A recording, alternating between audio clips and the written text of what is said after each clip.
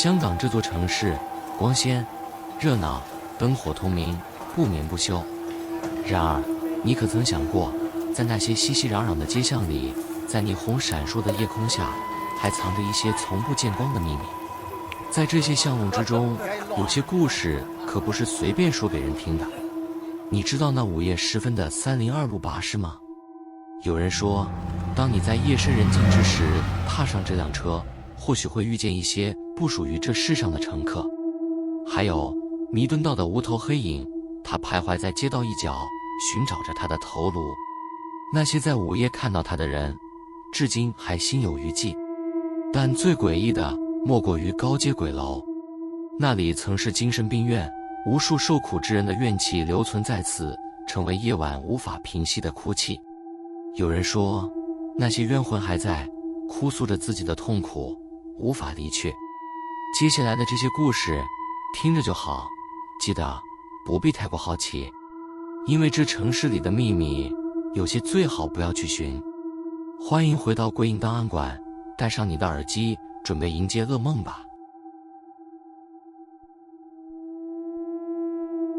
第一则故事是龙脊的红衣女子。不知道你们是否曾经踏足过香港的龙脊步道？白天它是登山客的乐园，有着辽阔的山景与醉人的海湾视野，但到了夜晚，一切美景就成了覆盖黑暗的幕布，遮住了这山道上的阴森秘密。龙脊的黄昏是个诡异的时刻，传闻说，每当夕阳落山，天色转暗，就有一名穿着鲜红长裙的女子会悄然现身，徘徊于步道的悬崖边。她的脸苍白如纸，毫无血色，双眼像是被怨恨锁住，死死地盯着远方，好像在等着什么，又像是在寻找什么。据说，这名红衣女子其实是被诅咒的灵魂，一直守候在龙脊，只为等待她的替身，好让自己摆脱这一段永无休止的枷锁。曾经有一位年轻人叫阿坤，他和朋友们不信邪，决定在黄昏时分登上龙脊步道。一路上，他们笑闹着，并不在意周围逐渐暗下的光线，还拿着手电筒四处乱照，试图证明这世上并没有灵异之事。然而，当他们走到那道弯角时，突然有人叫了一声：“那边有人！”阿坤抬起头，只见不远处悬崖边立着一个人影。那人穿着一身鲜红的长裙，双手无力地垂在身侧，头发随风轻轻飘动。阿坤当时心头一紧，但又不想在朋友面前露怯，于是故作镇定地走近几步，想看看那女子究竟是谁。就在他靠近的瞬间，女子竟缓缓转过头，露出一张苍白的可怕的脸孔，目光空洞，直视着阿坤，旁父在无声地说：“你跟我走吧。”阿坤顿时僵住了，寒意从脚底直窜而上，心跳像要从胸口跳出来一样。他强忍着惊恐，想要后退，却发现自己的双腿像是被什么无形的力量所牵引，无法移动。此时，他的朋友们也注意到了异样，急忙将阿坤拉了回来。几人不敢再多留，转身逃跑，直到回到市区，才敢回头确认是否已安全脱身。事后，阿坤查找了这段龙脊的传说，才得知那红衣女子的故事。据说，几年前他曾和爱人一起来龙脊，但因失足跌落悬崖，爱人未能将他救起。他的遗体被找到时，身上的红裙已经被鲜血染透，从此他的灵魂便徘徊于此，冥冥中寻找着替代者，让自己可以摆脱这段无止境的诅咒。有趣的是，后来凡是在龙脊遇见红衣女子的游客，多数都会心神不安，甚至有人因此而滑倒受伤，仿佛那女子的诅咒在夜色中蔓延，直至抓住下个不幸的受害者。人们常说，龙脊的夜晚有股无法言喻的阴气，若不是被诅咒的月灵守候，又怎会有如此寒冷的夜风呢？鬼巴士302路铜锣湾到柴湾。接下来的故事听过的人不少，它有着香港都市灵异故事中最令人难忘的传说之一，这就是神秘的鬼巴士302路。这趟巴士在午夜时分行驶于铜锣湾与柴湾之间，带着乘客穿过黑暗的街道与无声的隧道。有些人说，午夜过后的302路巴士并非凡间的交通工具，而是一条阴阳交错的桥梁。故事发生在几年前，一名中年男子阿邦因为加班而搭乘这班夜班巴士。当时已是凌晨1点多，巴士站台上人烟稀少，冷风刮过来，阿邦忍不住拉紧了外套。他走上302路巴士，惊讶地发现车厢内空无一人。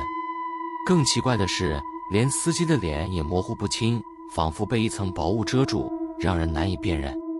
他坐在靠窗的位置，车厢内寂静无声，车窗外的灯光映出一片漆黑的影像，路上的一切都在悄然地褪去。不一会儿，阿邦感觉到周围的空气变得阴冷，视线逐渐模糊，车厢里像是开始有淡淡的人影在闪动。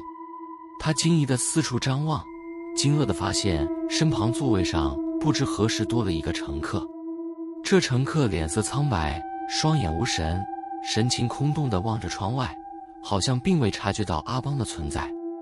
阿邦忍不住再看一眼，瞬间脑中一片空白，那是一个离世已久的朋友的脸孔。他的朋友在1年前意外去世，根本不可能出现在这里。惊慌之中，阿邦拍下车铃，试图让司机停车，但司机并未有任何反应。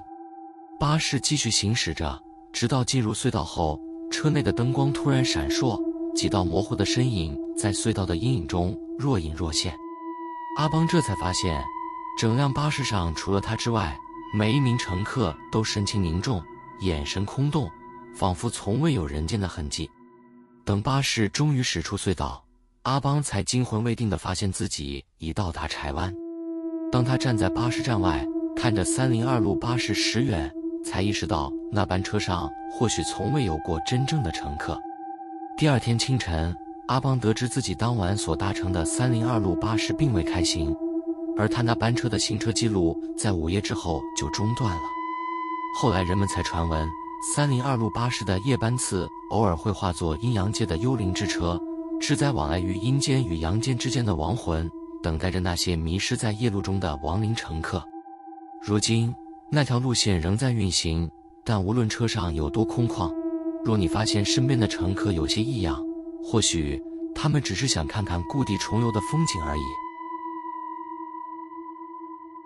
弥敦道的无头灵异事件，你们是否曾深夜走在弥敦道上，享受那片繁华都市的夜景？这条街道一直是香港最热闹的商业区之一，人来人往，灯火通明。可是随着午夜钟声响起，人潮退去，这条街便染上一丝异样的阴暗气息，空气中似乎多了一丝难以言喻的寒意。弥敦道的无头灵异事件是个已经流传了数十年的恐怖传说。人们说，夜深人静时，有时会看见一个黑影在弥敦道的路旁徘徊，那黑影既不会发出任何声音，也没有头颅，只有孤单的一个身躯在黑暗中移动着。传闻此黑影原本是一位古早年逃难至香港的男子，为了躲避战火，他独自偷渡过海，艰难地来到香港。可是命运不济，他不仅未能逃过生死劫，还在弥敦道一带遇袭，惨遭杀害，甚至头颅都不知去向，尸体流落街头。此后，他的灵魂似乎不安，怨气难散，成为无头的黑影游荡在弥敦道，寻找他的遗骨和头颅。曾有个夜班的计程车司机阿星，凌晨3点在弥敦道载到过这个无头乘客。阿星原本以为那只是一名普通的乘客，但当车子在街头停下，乘客缓缓上车后，阿星才发现他看不到对方的脸。尽管透过后照镜仔细观察，也只能看见那人的身影低垂在座位上，仿佛头颅根本不存在。当时阿星心头一阵发凉，但还是硬着头皮问乘客的目的地。那黑影一语不发，只是将手指朝前方指去。阿星不敢多说，只是将车开往前方，不知不觉间，车子开入了一片不熟悉的街区，四周寂静无声，仿佛整座城市都沉睡了。车子在拐角停下时，阿星忽然听见一阵低沉的叹息声从后座传来，接着一股浓浓的血腥气息充满车内，让他头皮发麻。惊恐之中，他忍不住回头一看，才发现那黑影已经无声无息地消失了。车内只剩下一张泛黄的旧报纸，上面刊登着一则寻人启事，正是多年前那位失踪难民的消息。后来阿星才得知，自己停车的地点正是当年发现那无头尸体的地方。如今他只要夜间行驶经过那条街，便不敢再随意载客，生怕再次遇见那个无头黑影。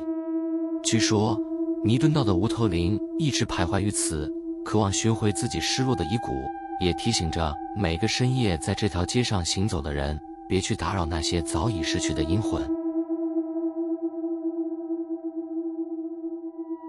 高街鬼楼精神病院的阴魂。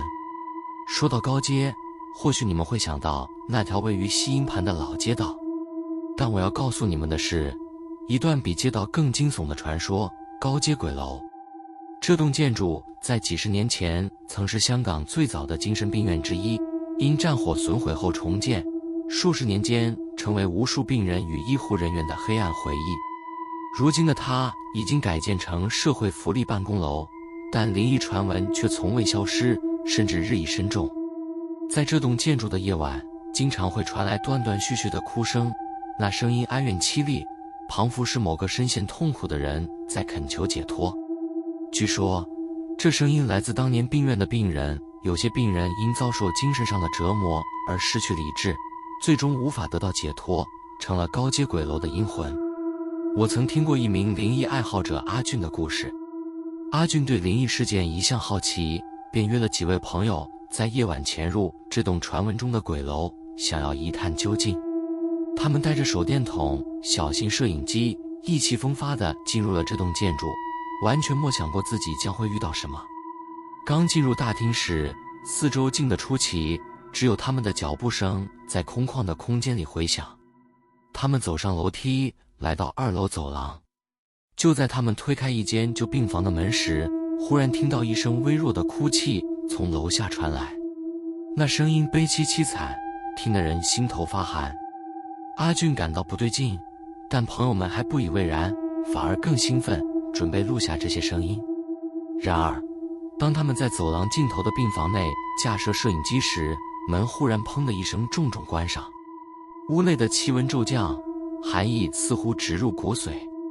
阿俊用手电筒照向门口，却惊恐地发现门边站着一个穿着旧式病人服的女子，长发披散，苍白的脸上布满了恐惧和痛苦。女子的身影逐渐向他们靠近，脚步声低沉而绝望。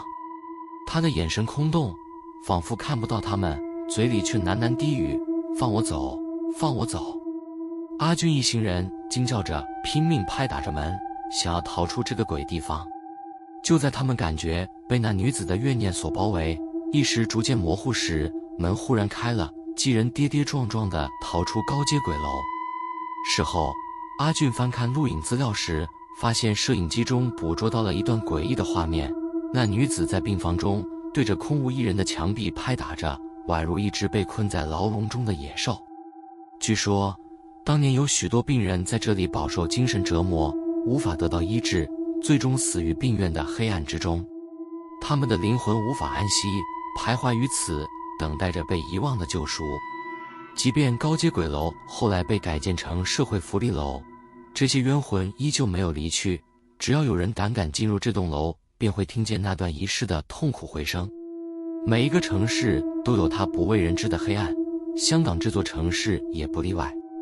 无论是徘徊于弥敦道的无头黑影，还是夜间哀怨的高街鬼楼，这些传说提醒我们，不论繁华或幽暗之地，总有那些无法解脱的灵魂，他们在阴影中等待，诉说着不为人知的故事。屯门色魔，魂不散的怨灵。各位听众，今晚我们来谈谈屯门这个地方的阴森故事。你们知道，这个繁华的地区在白天看来和香港的其他地方并无二致，车水马龙，灯光璀璨。然而，一旦夜幕降临，尤其是到了午夜时分，某些僻静的小巷仿佛就有了自己的生命，隐藏着恐怖的秘密。屯门的这则传说可以说是让人毛骨悚然。据说，在某条偏僻的小巷里，有一个年轻女子的冤魂徘徊不去。她穿着一袭白裙，眼神冰冷又凄厉，望着每个经过她身边的人，尤其是男性，眼中似乎带着无法掩藏的怨恨。这个女子的故事其实源于一起骇人听闻的案件。当年，她是一名独居的年轻女子，深夜独自行走在屯门的街道上，却不幸遇上了一个恶名昭彰的色魔。女子被袭击，最终不幸遇害。案发后，警方曾努力侦查，但凶手却像人间蒸发了一般，无影无踪。多年来，这个案子一直没有进展，而那女子的尸体被弃于偏僻小巷，成了永远无法闭眼的冤魂。传闻中，自从这起案件发生后，那条小巷子便不再平静。夜间经过该地的行人，常常会感到一双冰冷的眼睛盯着自己，仿佛随时可能扑上来。还有人声称自己听见耳边传来女子的低语声，那声音凄楚又愤怒：为什么要这样对我？为什么没有人来救我？这些传闻有多恐怖呢？据说某个深夜，一名出租车司机阿文途经这条小巷。他那天工作得很晚，车上没有乘客，正打算驶过这条小路回家。当车行驶至巷子中段时，阿文感到背脊一阵凉意，车后镜中似乎出现了一个人影。低头一看，座位上居然坐着一个披头散发的女子，身穿白裙，神色凄楚而怨恨地盯着他。阿文惊恐万分，猛踩油门，企图驶离这诡异的场景，但车却如被锁死般动弹不得。女子似乎察觉到了他的恐惧，嘴角微微一笑，悠悠地说了一句：下次小心一点，语气冰冷刺骨，让他全身颤抖。接着，他的身影便在阿文的目光中无声地消失了。自那次之后，阿文对那条小巷避之唯恐不及，甚至还向周围的同行警告，绝不要在深夜靠近屯门的那片小巷，因为那里的怨灵无法安息，尤其对男性，他的心中充满了难以平息的怒火，怨恨的眼神好像要将每个男人拖进地狱一般。至今，每当有人经过那条巷子，似乎总能隐隐感受到某种阴冷的气息，还有他那道如影随形的目光。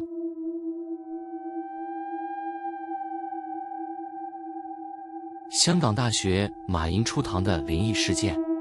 接下来的故事发生在香港最具声望的学府之一——香港大学。然而，即便是这样的学府，也藏着灵异的禁地。这个地方便是马寅初堂，一栋在夜晚仿佛独自存在于幽冥之中的教学楼。事情要追溯到几年前，那时马寅初堂刚刚装修完毕，原本的教室设施被更新，但关于这栋楼的传言却不断流传。据说，一名学生因学业压力过大，在楼内选择了轻生，从此之后，这栋建筑便成为灵异事件的频发之地。学生和教授们在夜间留下加班时，常常能感受到不明的压迫感，甚至看见一些难以解释的现象。其中一名学生小薇，因为功课压力，选择在夜晚留下来赶稿。当时整栋马寅初堂寂静无声，他选择了一个靠窗的座位坐下，打开电脑，准备一鼓作气完成作业。然而没过多久，他便感到有些异样，似乎有什么东西正从远处的走廊向他靠近。起初，他只听到微弱的脚步声，像是谁踩在旧木地板上，一步一步地靠近。他紧张地回头看去，但走廊空无一人。小薇心跳加快，强忍着恐惧，继续低头工作，假装什么也没听见。但脚步声却不曾停止，反而越来越近。当脚步声停在他身后时，小薇感到后颈一阵寒意，像是有什么人正在凝视着她。她忍不住回过头，只见一名身穿校服的白色人影漂浮在半空中，那人影的脸苍白无神，眼神空洞，嘴唇轻轻颤抖，仿佛在低声喃喃着什么。放我出去！那声音悠悠地传入小薇的耳中，带着无穷的怨气。小薇惊叫一声站起，慌忙地抓起书包，拼命向门口奔去。他边跑边回头看，那白色人影不知何时已消失无踪，走廊恢复了一片死寂。自那次之后，小薇再也不敢在夜晚逗留于马营初堂，而关于这栋教学楼的传说也愈演愈烈。某一年，为了测试这些灵异传说的真假，几位大胆的学生选择在午夜进入马营初堂，并且带上摄影机进行拍摄。然而，当他们走在无人的走廊上时，镜头中竟拍到了一道模糊的白影从后方飘过，并在转角处消失不见。从此，学校规定不再允许学生夜间进入马营初堂，并且加强了巡逻管理。然而，经常有学生表示，即便在白天经过这栋建筑，依然会感到一股难以言喻的压迫感，仿佛有一双无形的眼睛从走廊深处盯着自己。